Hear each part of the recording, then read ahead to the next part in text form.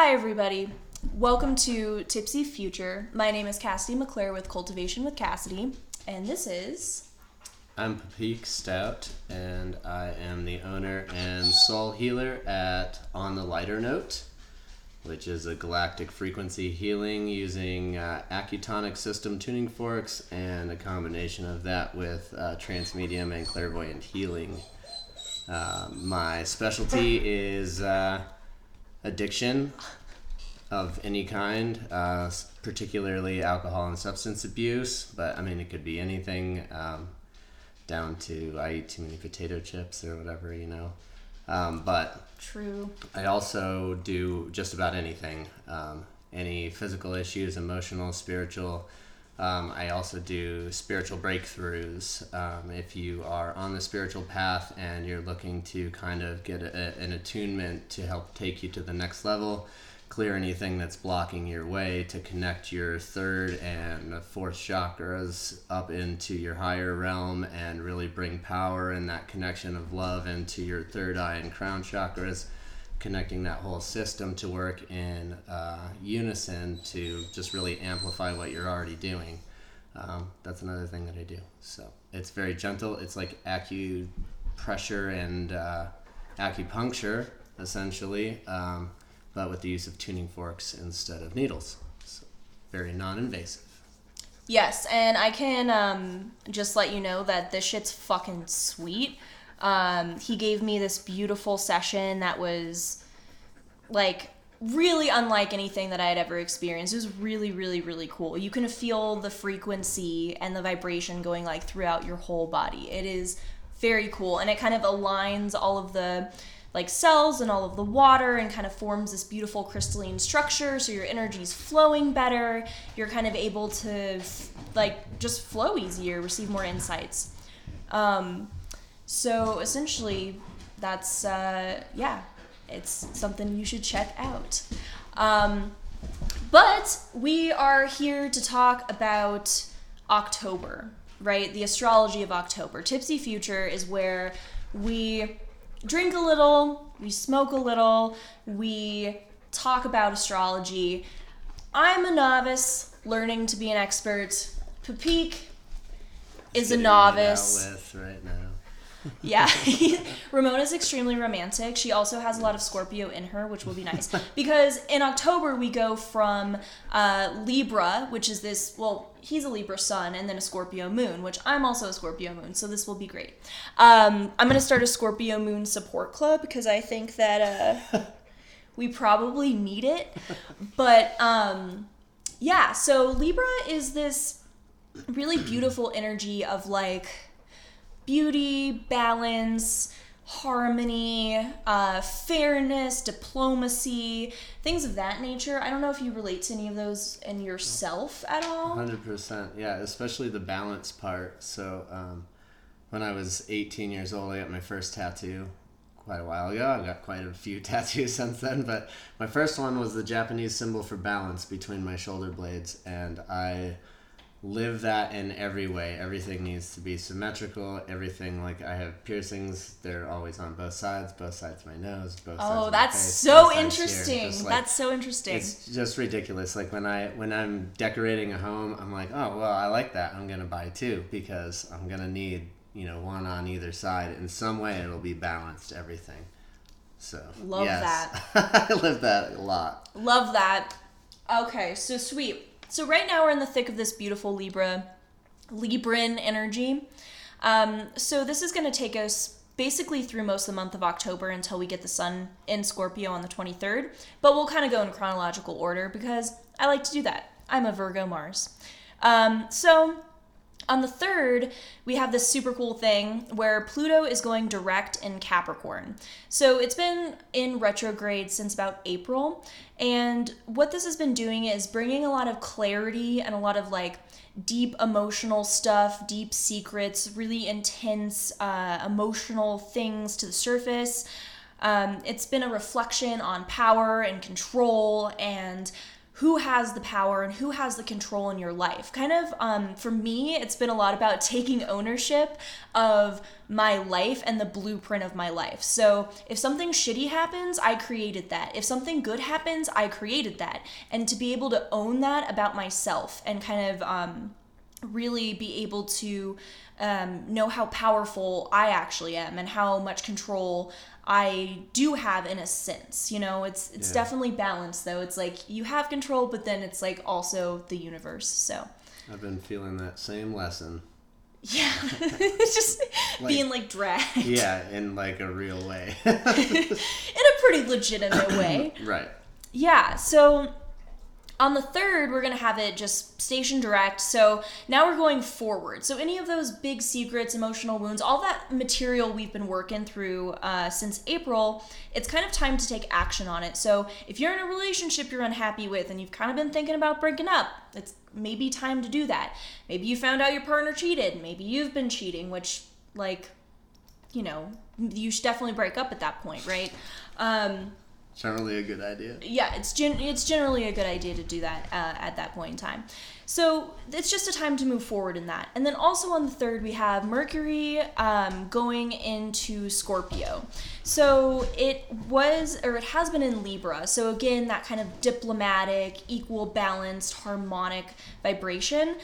So the way that we think and talk, communicate, our mind stuff, that's been in this kind of nice balanced, well, how can I compromise? Like, how can I give you this and receive this back? And kind of having a balance. But then it's going into Scorpio from that. So we're going to more of a perceptive mind, a perceptive communication, mysterious, secretive, really powerful. Being able to almost like play detective or notice certain things about people through body language, just being kind of a little bit sharper in that way. Yeah. Which I think is cool. I got a lot of Scorpio in me, so I'm like ready for Scorpio season 100% of the time. Then we have on the 4th, Mars going into Libra from Virgo. So in Virgo, Mars, which is the planet of action and energy, it's just kind of where we're putting ourselves, our energy that month. Going from this rational, planning, efficient, detail-oriented Virgo, which is my natal placement, into a Libra. So we now want to kind of put our energy into going to social gatherings and finding common ground and kind of just like chilling for a minute and finding some kind of, again, like balance, harmony, something that's a good compromise for ourselves and whatever else. Maybe it's us and work, us and another person, one part of ourselves and another part of ourselves, who knows. Sounds good. Yeah.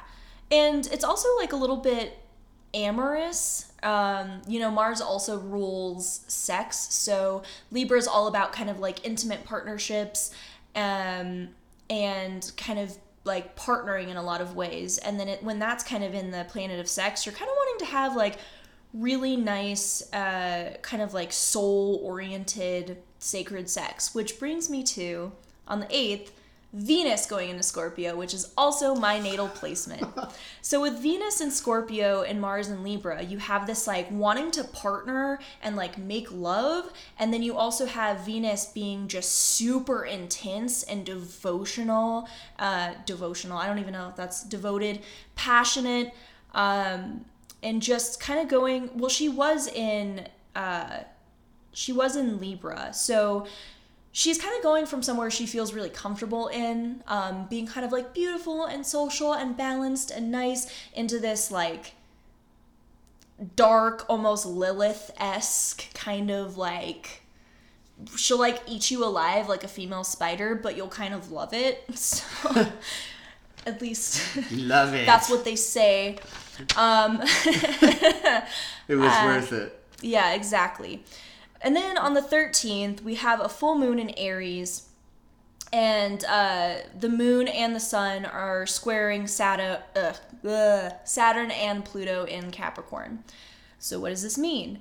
This is kind of this warrior aspect. This is a call to action. It's our emotional selves and our ego being called to action by tradition or hard work or structure and transformational change. So we're kind of being asked to emotionally and on an ego level kind of buckle down, commit, start working towards the thing that we're trying to work towards, and then also really deeply transform in a lot of ways. And Aries is the sign of self, it's initiation, and it's kind of understanding courage and strategy and discipline within yourself and kind of trying to start to buckle down in that way and plant new seeds in that way. It's really ambitious. Then on the 23rd, we have the sun in Scorpio. So that's the spooky time of year. That's Halloween time. My favorite time. It is where both of our moons are. It's where my Venus is.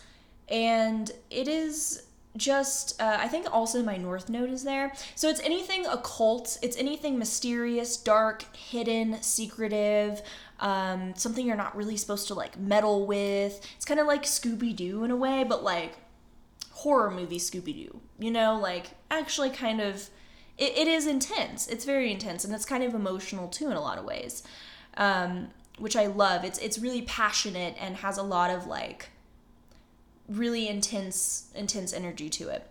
So into that. So it's just like Scooby-Doo.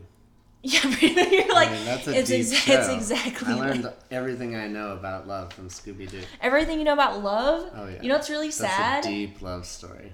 I wanted to, this Halloween, I wanted to be Fred and Daphne from Scooby-Doo, because I like got this new relationship that I was like really, really excited about. And then it ended in like a really crazy way, and now I'm like, okay, I guess I'm just gonna be Sailor Jupiter like I was last year. Like, yeah, that's a good idea. Whatever. Yeah. I could be Daphne by myself. Like Fred kind of sucks in a lot of ways. Yeah. He's kind of useless. No, that's not the He's just a relationship pretty boy. I'm talking about. Scooby and Shaggy, that's the Oh love. yeah, that's true. Yeah. That's the real love relationship. That's true. All the other ones are flirtatious and superficial. Daphne's pretty superficial, I feel like. Mm-hmm. I feel like I would be braver than her. I feel like I've always been a Velma, but that's besides the point. The point is, on the 27th, we have a new moon in Scorpio, which is pretty fucking cool. That's also the first day that I'm doing my cultivation with community circles. They're going to be done here at my home. So if you're local in the Boulder, Lafayette, Louisville, Longmont area, please come hang out. Even Denver, Fort Collins, whatever, come chill. They're donation based. Every second and fourth Sunday starting on the 27th. We're just going to be chilling out in my basement. We're going to be talking about the astrology for the little time frame. We're going to be doing a little bit of energy work, some active meditation around release, and then replenishing, and then kind of ending with an embodied manifestation session. So picking something that you want, if it's pizza for dinner tonight, or if it's like your dream partner, your dream home, whatever you want, just picking something that you're looking to create in your life, and then seeing where it's kind of like getting stuck on a chakra level. And then if it's something more long-term, we can revisit that week after week and kind of deal with where it is, where it's going, and how we can actually embody the things that we want to bring in from, you know, the Akashics. So that's the thing that's cool. That's starting on that 27th, new moon in Scorpio. However, this new moon is a little bit rocky because it is 2019, so it is opposing Uranus, and it's also squaring... and it also has Saturn square Mars there. So what this means is that this new moon in Scorpio, it's like planting new seeds for transformation, for death and rebirth. And then having that opposition to Uranus is really sudden. So it's kind of like sudden change that kind of launches you into really deep, intense, like inner soul, inner emotional transformation.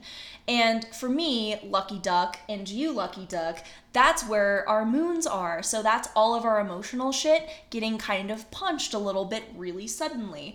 You know, if you have it in your rising, that's yourself, your body, your life, how you kind of see and present yourself kind of being ripped out from under you. That's some other things that, but you know, in the end, it's all for the great transformation of humankind and the ascension of the planet. So it's cool, right? We chose to be here because we're strong enough to be here. So let's buckle down and complain a little bit and then, grit our teeth and do the work, right? With that Saturn square Mars, Saturn's on the south node, right? We've been talking about this all year. So releasing any old structures that are keeping you from nurturing yourself, your life, and people around you. So squaring Mars, it's kind of this really, it's this sense of wanting to do something, but running into a lot of obstacles. So it's similar to some of the configurations we had over the summer in June and July, where we kept trying to do things and kept getting stopped, or there was a lot of drama, there was a lot of change or transition or shift or weirdness happening. It's kind of like that, not as bad, still a little shitty, but again, it's all for the purpose of growth, and on the other side, it's always more beautiful and it's better because you're smarter, wiser, stronger, and you get to enjoy things a little bit more. So it'll be cool. Then, last but not least, on the 31st, we have Mercury going retrograde in Scorpio. In Scorpio, which is pretty cool. Does that mean my computer's gonna work still? Yeah, your computer's gonna work. It's just that it's just digging up a lot of like secrets around communication and the way that you think and mental stuff like that, and the way in which we kind of finalize deals and stuff like that. And so a lot of the stuff that we begin in the beginning of October when Mercury goes into Scorpio on the 3rd, all that shit that we start kind of on the 3rd throughout the month, as soon as Mercury goes retrograde at the very end of the month on Halloween, we're going to revisit all of October back up to the 3rd, and then we'll, go around it again before Mercury finally gets out of Scorpio, which will be, I don't know, probably sometime in late November or something like that. Mercury usually moves pretty quickly. I don't know the exact date, but yeah, so, and then having it in Scorpio too, it's that really intense, really emotional, really passionate. So when that retrograde happens, it's kind of like miscommunication. You can really mishear people and think that they're saying something really, really sharp, like that scorpion sting, like somebody really stinging you in a place that really hurts, really poking at a wound. And maybe you just didn't hear them right. Maybe they're not actually trying to poke at a wound. It just feels that way.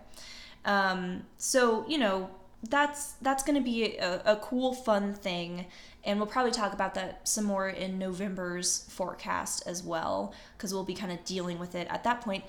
But that's essentially what's happening. We're speeding up. We're doing some cool, spooky shit. We're doing some partnering with ourselves, with others, with whatever we feel like doing, projects, who knows? And yeah, that's what's up essentially. Do you have anything else you want to chip in? Do you feel confident about this month? I do. I love Libras. Balance that out. I mean, every day is just trying to find balance, and this time of year I feel like it's accentuated for me. I don't know if that's just my head or whatever, but you're just tuned into find it. The energetics. Whatever that means to you anyways. I don't know. Everybody's view of balance is different, I think. But. Exactly, yeah. And all of this stuff is just kind of like the water we're swimming in, and you're all conscious beings, so you can always shift out of certain moods, but a lot of people are just kind of running on baseline. So if you notice when, that Mercury retrograde comes around, somebody's being really nasty to you, or you think they're being really nasty to you, but you don't actually know. Just, know that that's the water some people are swimming in. So, yeah, just go and brush your shoulder off, essentially. Sick. So this is way longer than it usually is, but that's okay because we both had some cool shit to promote because we're fucking entrepreneurs, okay? If you want to check us out, you totally can. All of my stuff is Cultivation with Cassidy, Instagram, Facebook. Join Cultivation with Community if you want to hang out. I'm going to live stream all of the circles that I hold. All of them are donation based, so you can Venmo me if you feel like it. If not, that's cool. just come sit in. I want there to be a cool community there. What are your socials? You have socials? I am on Facebook and Instagram at On the Lighter Note. On the Lighter Note. Yeah, cool. Have an awesome month, you guys. We are strong and awesome.